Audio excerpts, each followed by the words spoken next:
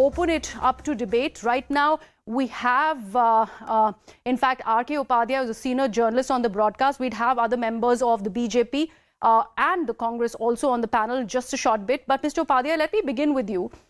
This accusation that Siddaramaiah and the Congress regime in Karnataka is currently making has been reported earlier as well. How true and how accurate are these complaints, considering you have followed the politics in Karnataka? What do you have to say about these accusations? I think he should look himself in the mirror, because see, there is nothing wrong in compensating the families, victims' families, as long as you're non-partisan. Siddaramaiah government is doing exactly what they are accusing the BJP government of doing. They're being absolutely partisan. 5 out of 6 families that are being compensated are Muslims, and many of them were PFI activists. Some of them were accused of murder, and so many other complaints were there against them. Now you are compensating them, but what about all the victims of murder during Siddaramaiah's period? There were more than 25 RSS, Bajrang Dal, activists who were killed during his tenure from 2013 to 2018. I can, list out the people that, people who were killed. Vishwanath of Shumaga was hacked to death by PF activists in 2015. Prashant Pujari of Mudabidri, a flower vendor, was killed in October 25. Puttappa of Kodagu was killed in 2015 again. Rudresh, a heinous murder in broad daylight in Shivajinagar in Bangalore in 2016. Tippesh of Tippur. And then Charan Pujari, Praveen Pujari, Sharat Mariwala, Paresh Mesta, and so many of them. How many of them were they compensated? How many cases have been resolved?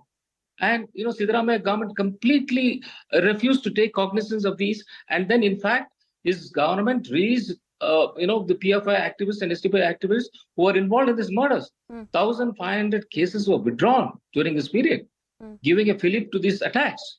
So, he's being the murderer, supporting the murderers. He can't now turn around and say the BJP was, being partisan.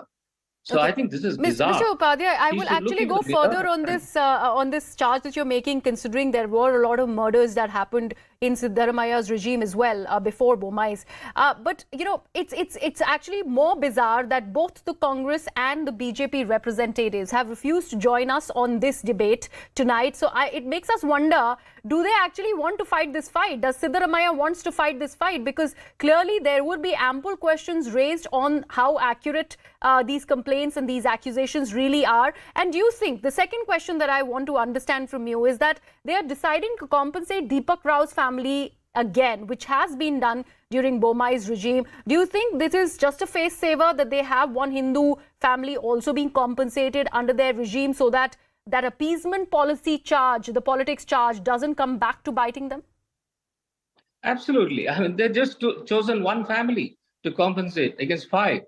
I mean, if you're so sincere about being non-partisan, so sincere at trying to expose the BJP, then you compensate all those victims' families. Why are you leaving out all those other 25, 26 families who were victims of this? And I think apart from compensation, why not you speed up all those cases and put behind bar people who are responsible for those heinous crimes? I think that is how the justice should be meted out. Instead of that, playing politics with this is not the way. Not the way. All right. People will not accept this kind of partisan politics, whether it's from BJP or the Congress. Now that the Siddaramaiah government is here in power, and if they want to play fair, they should look at all the cases. And tell the police that you look at them fairly, and then speed up these cases, and then provide justice to those families. I mean, it's just not just money. Those families are looking for justice. So that is what is required at the end of the day. I mean, that's what they should be doing. Instead of what Siddaramaiah is doing is only communal politics. I mean, I'm sad to say that, he has been known to do this kind of appeasement politics, and it's coming back to bite him, definitely going to come back to bite him. All right. And, not for nothing that the opposition have called him Siddaramullah. And he is proving himself by doing all this within 1 month of coming to power. Okay. So, Mr. Upadhyay, I would, unfortunately, we'd have to leave it at that, because, like I said, there is no Congress member to defend the accusations that have been made, and it is no debate without BJP and Congress. Yes, absolutely. We will probably see where is this fight really headed, or do they actually want to fight this fight, like I said earlier. I'm talking about the Congress party here. If they go ahead and make this into an issue, we will see if at all there are going to be spokespersons who are going to be joining us and talking about what the current stance by the Siddaramaiah regime in Karnataka really is all about. But we're leaving it at that.